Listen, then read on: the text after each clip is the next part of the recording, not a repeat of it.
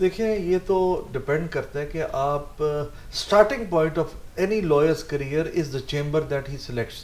جس چیمبر میں آپ جائیں گے بہت ہی اہم ہے. اگر آپ ایک پولیٹیکلی افیلیٹڈ چیمبر میں جاتے ہیں تو وہاں تو آپ کو الیکشن ہی لڑنے پڑنے, اور آپ کا جو لرننگ پیریڈ ہے بیسس آف لا کم از کم 5 سے 6 سال تو آپ کو صرف بیسک چیزوں کا پتہ چلنا ہے کہ کس چیز کو کہاں دیکھنا ہے, ان کتابوں کا آپ کو پتہ چلے گا. آپ اگر آپ کا جو بیسک جو انیشل پیریڈ ہے وہی الیکشن لڑنے میں گزر گیا بالکل, تو آپ کی تو لرننگ کسی جگہ بھی نہ ہوئی اور آپ کا اسکل سیٹ ڈیولپ ہی نہ ہو سکا. اس کا یہی ہے کہ بچے جب بھی چیمبر سلیکشن کریں اور تو بڑا سوچ سمجھ کے سلیکٹ کریں, ایکیڈیمک چیمبرز کو زیادہ پریفرنس دیں. ٹھیک ہے سر اب ہم آتے ہیں ایک لیگل سسٹم کے حوالے سے. پاکستان کا جو ایک لیگل سسٹم ہے, آپ کے ایک اچھا خاصا ایکسپیرینس ہے, آپ دیکھ رہے ہیں, آپ کیا سمجھتے ہیں کون سی ایسی چیز ہے جو سسٹم کے اندر جو ہے وہ لیک کر رہی ہے؟ کیونکہ آپ دیکھیں کہ جو اسپیڈی جسٹس اور کوئک جسٹس ہے, آپ نے باہر سے بھی اسٹڈیز کی, آپ باہر کا بھی موازنہ پاکستان کے ساتھ کر سکتے ہیں, تو کیا سمجھتے ہیں کہ جو پاکستان کے اندر عدل و انصاف کا جو ایک سسٹم ہے وہ کیسا ہے؟ آپ کیسے ڈیفائن کریں گے سر اسے؟ دیکھیں آپ کا پری کلونیل اور کلونیل لا سارا کامن ویلتھ جس کو آپ کہتے ہیں, since I have studied both L B honours بھی کیا ہے, ایل بی پنجاب یونیورسٹی, میں نے دونوں لا پڑھے تھے, تو یور لا از فائن, اس میں کوئی ایسی بات نہیں. ایشو ہے امپلیمنٹیشن کا, ایشو ہے مورل سٹینڈرڈز کے ہونے کا. سب سے بنیادی چیز جو ہماری بار کاؤنسلز ہیں, بار کاؤنسلز کی جو گورننگ باڈی, جو ریگولیٹری باڈی ہے, وہ ووٹنگ کے تھرو آتی ہے. جب ایک وکیل جس نے ووٹ ڈالنا ہے وہی اپنا ریگولیٹر بھی الیکٹ کرے گا تو وہ کیسے انفورسمنٹ ہو سکتی ہے؟ سب سے بنیادی چیز یہ ہے کہ آپ کے بار کاؤنسلز کو انڈیپینڈنٹ ہونا چاہیے, آپ کی لائسنس ایشوئنگ اتھارٹیز کو انڈیپینڈنٹ ہونا چاہیے, تو پھر ہی وہ اکاؤنٹیبلٹی کر سکتے ہیں نا. اگر آپ کے بار کاؤنسلز نے ڈیپینڈنٹ رہنا ہے وکلاء پہ ہی ان کے ووٹوں کے لیے, تو وہ ان کے خلاف کیا کر سکیں گے؟ تو لہٰذا اسکروٹنی اور جو اکاؤنٹیبلٹی کا پروسیس ہے, جیسے اب جو پنجاب ہیلتھ کیئر کمیشن ہے وہ that is doing a good job. ہم خود وہاں کیسز دیکھ رہے ہیں کہ ڈاکٹرز کے خلاف کمپلینٹ آتی ہے, وہاں پروسیس ہے, پورا ٹرائل کا پروسیس ہے. تو اسی طرح سب سے پہلے تو ہمیں اپنے گھر درست کرنا پڑے گا, ہمیں اپنے بار کاؤنسلز کو اس میں سختی لانی پڑے گی تاکہ ایک سٹینڈرڈ مینٹین رہے. اور اس کے علاوہ بھی بہت سی چیزیں ہیں. جوڈیشل سسٹم کی آپ بات کریں, دیکھیں جی, we are still in a transition phase, میں تو یہی سمجھوں گا, کیونکہ جب تک مورالٹی ڈیولپ نہیں ہوگی سوسائٹی میں, آپ کی جتنی مرضی کتابیں, آپ کی ساری گوروں کے اوپر بیسڈ ہے آپ کا قانون, تو وہ انفورس نہیں ہو سکے گا. لہذا مورل سٹینڈرڈز سوسائٹی میں امپلانٹ کرنا بہت ضروری ہے.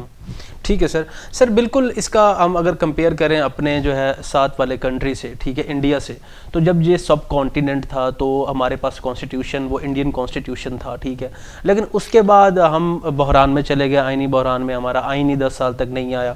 تو اس حوالے سے کیا سمجھتے ہیں کہ جو لیگل ریفارمز ہے لیجسلیشن کے حوالے سے کیا مزید ہونے کی ضرورت ہے پاکستان کے اندر؟ آپ نے امپلیمنٹیشن کی تو بات کی نا سر, میں صرف لا کے بننے کی بات کر رہا ہوں کہ قانون کو کیا مزید ڈیولپ ہونا چاہیے. دیکھیں قانون تو ایک is a developing organism, it's a living organism in a sense کہ جیسے جیسے سوسائٹی ڈیولپ کرتی ہے, law is supposed to change, law is supposed to mould itself according to the changing circumstances. تو وہ تو اگر ہم کہیں کہ there is going to be a static اور is a limit on the development of law, وہ تو پاسبل ہی نہیں. جیسے جیسے سوسائٹی بدلتی ہے اس میں پریکٹسز بدلیں گی تو لا ہیز ٹو مولڈ. لیکن پاکستان میں فرق یہ ہے کہ پاکستان میں the constitution is subject to the Islamic injunctions, لہذا آپ کے پاس کچھ آبجیکٹو اسٹینڈرڈز ہیں جو کہ نہیں ہل سکتے, جیسے sovereignty belongs to the almighty اللہ, اور any law which is repugnant to the injunctions of Islam وہ اس کو ریموو کر دیا جائے گا. لہذا ہمارے پاس بیسک فریم ورک ہے جس کو نہیں ہلایا جا سکتا. اس کے علاوہ ڈیولپمنٹ تو ایک حصہ ہے. جی بالکل ٹھیک ہے سر ریسنٹلی ایک امینڈمنٹ ہوئی ہے سر, 26ویں ترمیم, اس حوالے سے آپ کا کیا نقطہ نظر ہے سر؟ دیکھیں جی, میرا تو یہ خیال ہے کہ 26ویں ترمیم از مور اور لیس جو ڈرافٹ جنہوں نے کیا, جنہوں نے اس کو لیجسلیٹ کیا, ان کی یہی کنٹینشن تھی کہ انڈیپینڈنس ہونی چاہیے. انفیکٹ ان کو it was a sort of a reaction کہ پارلیمنٹری سپریمیسی جو ہے نا اس کو زیادہ افیکٹ دیا جائے. لیکن اس کے اندر یہ ہے کہ ہمیں ہمیشہ خیال یہ کرنا چاہیے کہ برٹش کانسٹیٹیوشن ان کا کارنر سٹون ہو سکتا ہے پارلیمنٹری سپریمیسی. امریکن کانسٹیٹیوشن کا ہو سکتا ہے, حالانکہ امریکن کانسٹیٹیوشن کا پارلیمنٹری سپریمیسی نہیں ہے, لیکن پاکستان کی سپریمیسی بلانگس ٹو آلمائٹی اللہ. جو برٹش سٹینڈرڈز اور پرنسپلز ہیں وہ کبھی پاکستان پہ اپلائی کر نہیں سکتے. آپ کی جو کانسٹیٹیوشن کا بیس ہے, بنیاد ہے, وہی فرق ہے. تو سوورینٹی تو اس پارلیمنٹ کو دی جاتی جہاں پارلیمنٹ سپریم. پاکستان میں سوورینٹی کا جو اختیار ہے اور تمام اختیارات وہ تو قرآن اور سننا کے ہیں, اور جتنی آپ کی پروویژنز آپ دیکھیں, فنڈامنٹل رائٹس بھی دیکھیں, that is subject to the constitution. تو جب سبجیکٹ ٹو دا کانسٹیٹیوشن اس کا مطلب ہے they have to be read in with conjunctions of Islam. تو لہذا جو ہے 26ویں ترمیم انہوں نے کی تو ہے, اور ابھی دیکھیے کتنی دیر وہ سسٹینیبل رہتی ہے. نہیں سر, آپ جو بات کر رہے ہیں سر, آپ بات کر رہے ہیں مطلب کہ سوورینٹی کی, پارلیمنٹ کی. نو ڈاؤٹ پارلیمنٹ سوورن ہونی چاہیے کیونکہ ایک ڈیموکریسی کے اندر ہم جب رہتے ہیں, ٹھیک ہے, اور جمہور کا حسن بھی یہی ہے کہ پارلیمنٹ سوورن ہونا چاہیے کیونکہ عوام کے منتخب وہ لوگ ہیں جو پارلیمنٹ میں بیٹھتے ہیں, لیجسلیشن کرتے ہیں.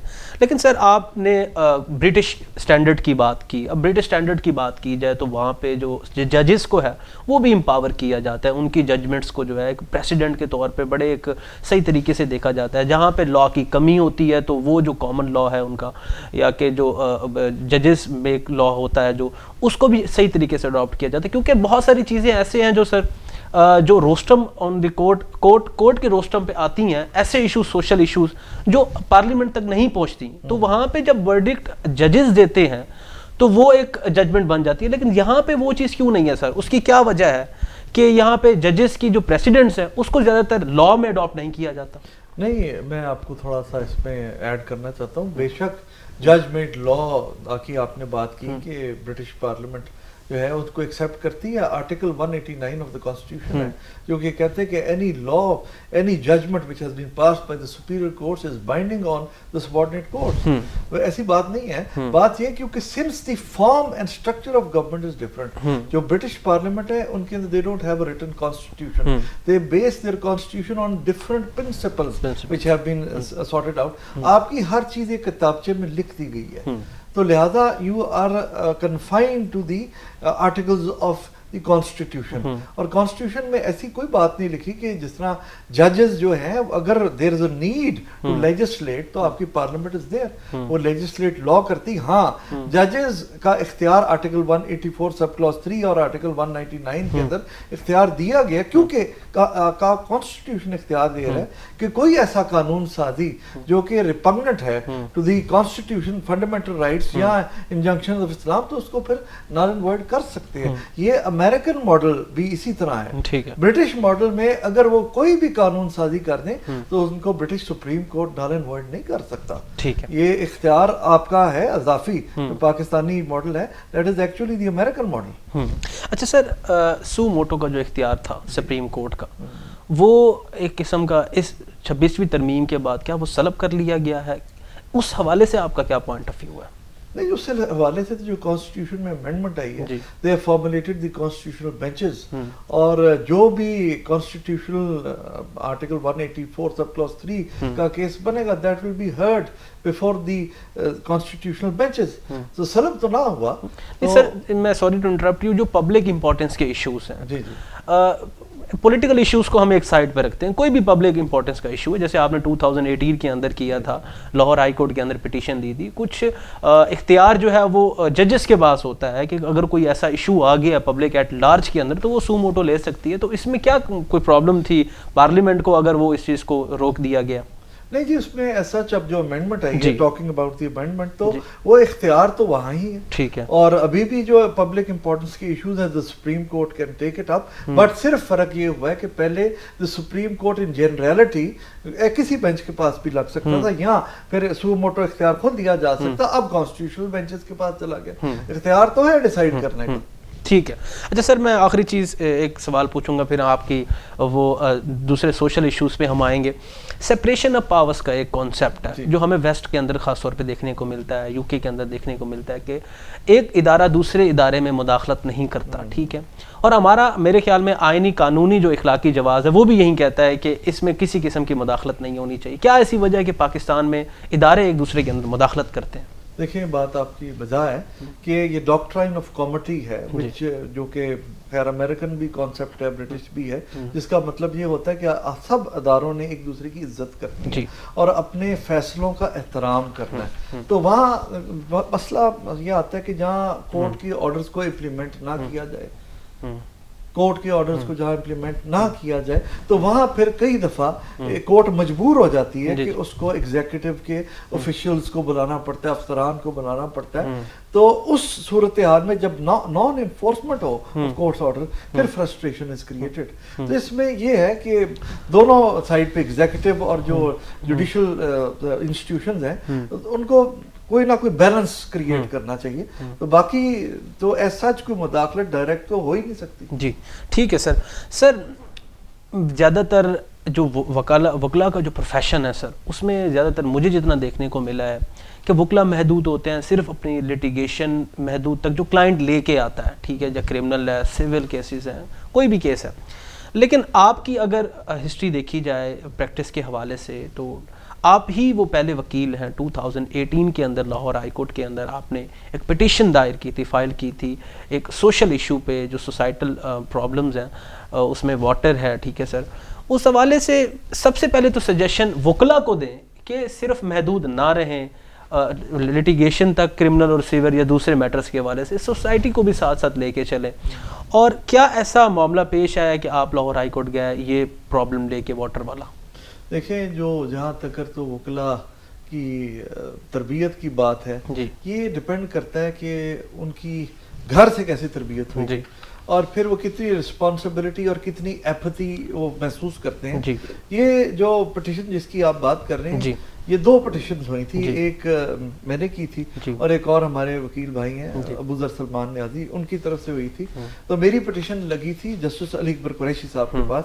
تو وہاں ہماری پٹیشن کا سب سے پہلے جو یہی موقف تھا کہ جو آپ کا واٹر ریچارج نہیں ہو رہا اور ڈپلیشن ہو رہی ہے اس کو روکا جائے.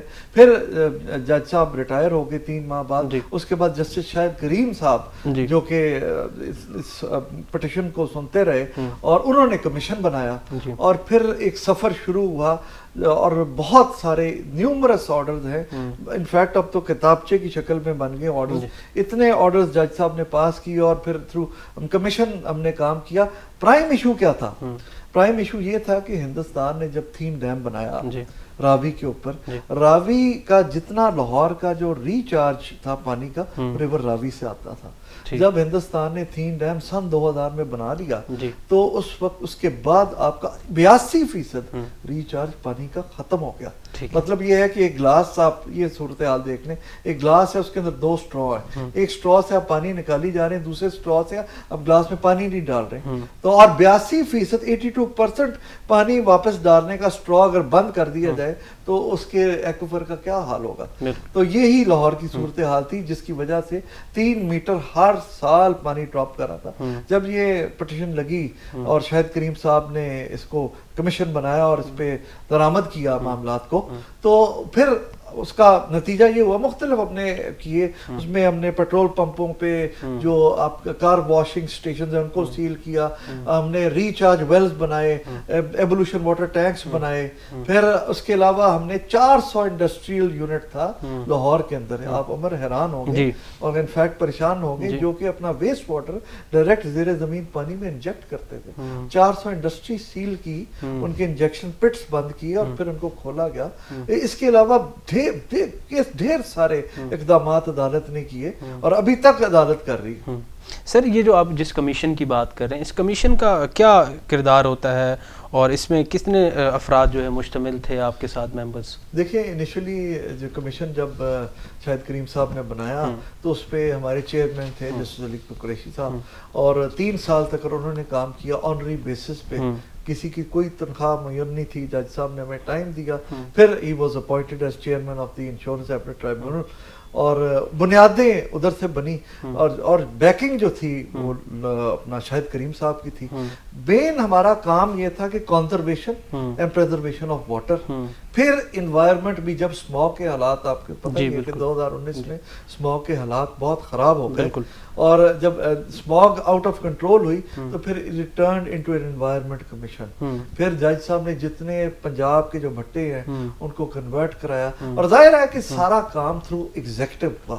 لیکن صرف اس میں یہ تھوڑا سا جو پریشان کن معاملہ یہ تھا کہ ایگزیکٹو کو اپنے بہشت پہ خود کرنا چاہیے تھا. یہ سارے وہ اقدامات تھے جو کہ کورٹ کے اینڈ پہ انیشیٹ کیے گئے, اور پھر سارے بھٹا جات کنورٹ کرائے, ان کو زگ زیگ ٹیکنالوجی پہ کیا, پھر فصلوں کی باقی جات پہ فائنز لگے, اور اب کوئی 100 کے قریب سپر سیڈر کورٹ کے آرڈرز پہ کیے. اب یہ اچھی بات یہ ہے کہ اس گورنمنٹ نے 1000 سپر سیڈر اسی پالیسی کو اڈاپٹ کیا جو کہ کورٹ نے بنائی, اور 1000 سپر سیڈر انہوں نے تقسیم کر دیا, اور 4,000 اور انہوں نے کرنے.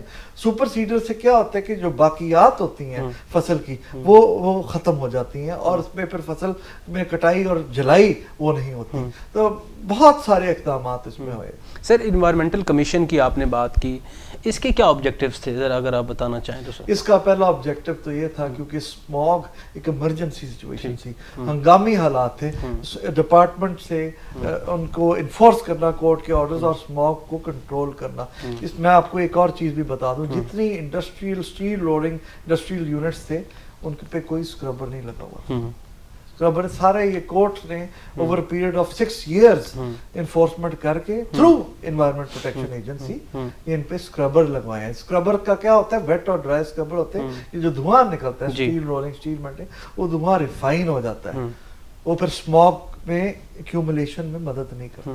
سر, ریسنٹ ابھی جو ایشو آیا, لاہور ہائی کورٹ نے بھی اس حوالے سے بڑی برمی کا اظہار کیا ہے کہ اسموک کی جو روک تھام کے حوالے سے امپلیمنٹیشن کا جو پرابلم ہے. سر, تو اس حوالے سے آپ کیا کہتے ہیں کہ جو عوام الناس ہے اور خاص طور پہ جو ریلیونٹ ادارے ہیں, ٹھیک ہے, محکمہ موسمیات ہے, وہ کیا کردار ادا کر رہی ہے؟ دیکھیں, جو ہمارا ایکسپیرینس رہا ہے ود دس پرٹیکولر گورنمنٹ, کیونکہ ہم 2-3 گورنمنٹ کے ساتھ کام کرتے ہیں, یہ گورنمنٹ ریلیٹیولی پرو ایکٹیو رہی ہے, لیکن کام پھر بھی بہت زیادہ ہے. اصل میں آپ ہر سال اگر آپ دیکھیں گاڑیوں انکریز ہوتی جا رہی ہیں, اور traffic emission 82% accumulation of smog جو ہے وہ ٹریفک ایمیشن کی وجہ سے ہے.